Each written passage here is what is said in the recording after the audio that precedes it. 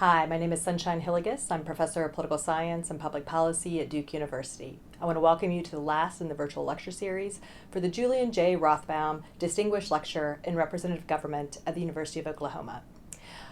Over the course of these lectures, I've tried to address two key questions. Why don't young people vote, and what can we do about it? This lecture is focused on one of the policy solutions to increase youth turnout. In the first lecture, I introduced a new perspective about the reasons that young people don't vote. I showed evidence that, in contrast to the conventional wisdom, young people are in fact interested in politics. They care, they say they're going to vote when asked before the election, but too many of them fail to follow through on their civic attitudes and intentions. This reflects not only their stage in life, but also the difficulty of navigating the various rules about when, where, and how to vote as a new voter.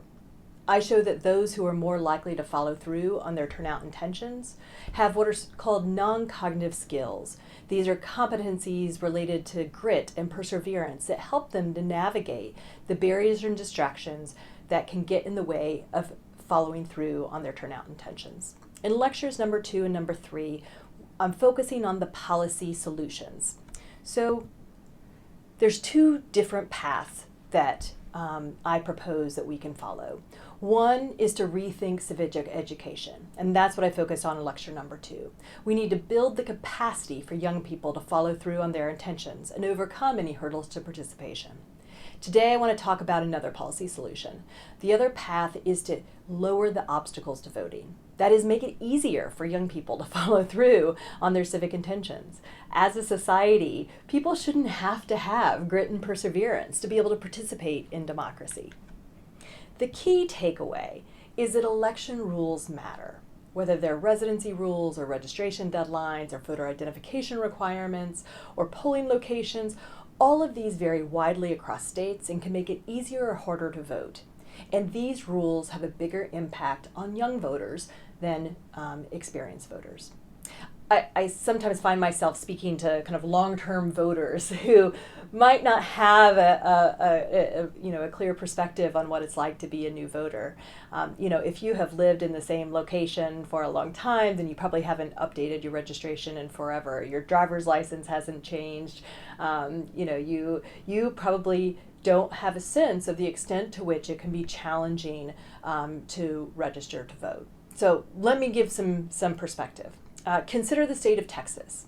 Whereas a number of states have pre-registration laws that allow young people as young as 16 to complete their registration form so that when they come of age, they're eligible to vote without having to fill it out again. Texas doesn't have such a thing. And in fact, they have to wait until they're 17 years and 10 months before they can complete a registration form. And they have to be registered 30 days in advance. So those youngest voters coming of age have just a matter of days in which to fill out their registration form. And they can't do it online. There is no online voter registration in Texas.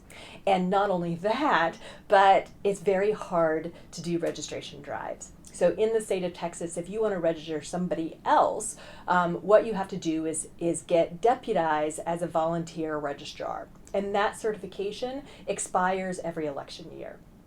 Okay, so imagine you're a young person who jumps through those hurdles and you get registered to vote. You also have to keep in mind that Texas has a strict voter identification law. Your college ID doesn't work as valid form of ID for voting, but a gun license will. So some states, Georgia and Wisconsin, you can use your college ID. But in Georgia, you can only use it if you're at a public institution, not at a private one. In Wisconsin, the public-private distinction doesn't matter, but there's a long list of requirements in order to be able to use the college ID as a form of ID. So for instance, it has to be both issued and expired within 2 years to be eligible to be used as voter ID, which is kind of a crazy requirement given that most people are in college for at least 4 years. And even if you do have a school that has made you reissue their college ID every 2 years to keep it up to date, you also have to show proof of current enrollment, such as a zero balance tuition bill. Okay, what about Oklahoma? You can see it here on the map. It is not the worst, but there is a long way to go. So in Oklahoma, you can register at 17 and a half, but you have to register 25 days in advance of election. There is no same-day registration. You can fill out your registration information online, but you still have to print, sign, and mail it in, or else return it in person. So still a long way to go before it's officially online voter registration. Okay, so beyond these kind of specific examples, I want to talk about the empirical patterns. What are the electoral reforms that are most effective at increasing youth turnout? Even though there's a rich literature in political science on the effect of electoral reforms generally, it's actually quite rare for people to look to see, does something have an impact on young people in particular? And so that's what John Holbein and I set out to do. We examined a variety of different electoral rules: no excuse absentee voting, pre-registration, early voting, same-day registration, and online registration, using an approach called difference and difference to evaluate if an increase in youth turnout in a state was observed after a state implemented these laws. A couple of important caveats. There are lots of other electoral reforms that we didn't consider. And in particular, automatic registration is one of those, but it just hadn't been in place long enough to empirically evaluate. Okay, so what do we find? The key thing is that the electoral reforms that actually had an impact and helped to increase youth turnout were those that made registration easier. So it turns out that early voting and absentee voting didn't have an impact on youth turnout. Now, this analysis was conducted outside the context of the pandemic, so it is possible that the pandemic was slightly different in that regard. But it does seem like the key barrier to participation for young people is really about registration. Now, there are a number of other electoral rules that I'll also talk about, but I first want to spotlight same-day registration. So same-day registration is a law that allows you to go to your polling location with your correct information and identification and both complete the registration form and cast your ballot on the same day. It allows young people to procrastinate. So it turns out that same-day registration increases turnout among young people, even though it doesn't have an impact on older voters. And we see that where the those 60 plus, 46 to 60, those groups of voters, their impact of same-day registration it hits the zero line, so a null effect. Whereas for young people, it increased turnout for that group. Okay, so this reminds me, in seeing this finding, of a conversation that I had in a qualitative interview with a young woman who said she was clearly embarrassed about not having voted. And what she said is that she had planned to vote, but the registration rule ended up requiring a really big shift in mindset. She was used to being able to go online, go to Amazon Prime, and get something that she needed the next day. And so this notion that she had to register 30 days in advance was easy to overlook. And that's it's a fair point. So what we see is if you allow kids to procrastinate, if you make registration easier, they are more likely to vote. Okay, so there are many other electoral reforms, and some people have done research to look if they impact young people, and I thought I would highlight just a few of those. So there is evidence that voter ID disproportionately impacts young people, the purging of registration lists, likewise. The key thing that I would emphasize is that young people sometimes make mistakes on their registration form or on their mail-in ballot. And so the big thing to consider is that a lot of these laws that are in place, whether strict matching laws, for instance, that require that a signature on an ID match a signature on a mail-in ballot or on a registration form, they disproportionately end up impacting young people. And just consider, right, IDs, particularly college IDs or newer IDs, collect signatures in a variety of different ways. So think about that electronic signature you sign at the grocery store and whether that would match what you have on your ID. Turns out the height, the angle, the utensil that you use to have signature has an impact. Well, in a number of states, there's something called a notification and cure process. So if you return a registration form or a mail-in ballot and there's not an exact match, you have an opportunity to correct it. Oklahoma is not one of those states. So in 2020, what Oklahoma saw was that this spike in mail-in voting, but at the same time, there were some 5,000 ballots that were rejected for reasons such as they didn't have their mail-in ballot notarized, or their affidavit didn't have their signature. And these are all things that could have been curable had a voter been notified. But that law doesn't exist in Oklahoma. Other rules to keep in mind, or some evidence to keep in mind. One study of states that implemented new voting restrictions found that 24% of millennials had to submit provisional ballots compared to just 6% of boomers. And young voters are far more likely to have their ballots rejected. So a study by the California Voter Foundation found that the rejection rate for 18 to 24-year-olds was 3 times higher than the overall rejection rate. Okay, so the key thing I want to emphasize is, or the last thing I want to emphasize is that just the sheer number of electoral rules that are being changed is a source of confusion. So in 2021, 440 state legislative bills were introduced in 49 states that enacted more restrictive voting laws. The Brennan Center said this was more rules were passed than in any time they've been tracking it. In 2020, you similarly saw, and you've probably seen some of the headlines, lawsuits about, from both sides of the aisle, about changes in electoral laws. Sometimes those laws were making things more restrictive, and sometimes those laws were trying to make it easier to vote during the pandemic. My key point is to say that regardless of the merits of any given law change, the sheer number of changes introduces uncertainty into the process that has a bigger impact on young people than more experienced voters. And it doesn't just have a direct impact on individuals, it also has an impact on organizations looking to mobilize voters. We know in North Carolina all too well about the consequences of instability in election laws. So, for instance, we had a pre-registration law that was implemented in 2009, it was then repealed in 2013, and then the courts reinstated it in 2016. I was told by a youth advocacy group that they decided to stay out of the state in 2016, despite the fact that North Carolina was a battleground state, simply because they didn't know the rules of the game at the time. So, this just variation and variability across states is another source of confusion and uncertainty that becomes a barrier for participation. I should mention the Freedom to Vote Act. It was this expansive federal law, creating national standards for registration, among many other things.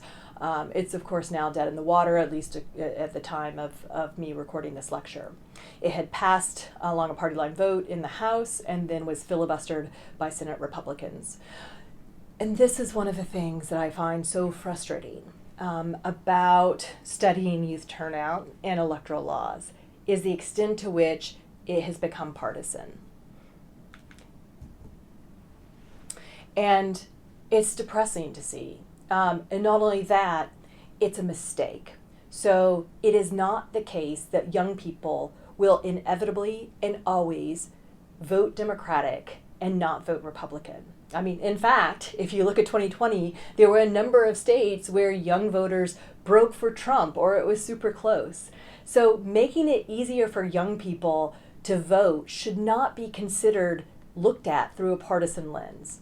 And political science research offers multiple examples of how making assumptions about partisan advantage associated with electoral reforms is a mistake. So, for instance, mail-in voting. Research shows it does not historically benefit one side or the other. Motor voter.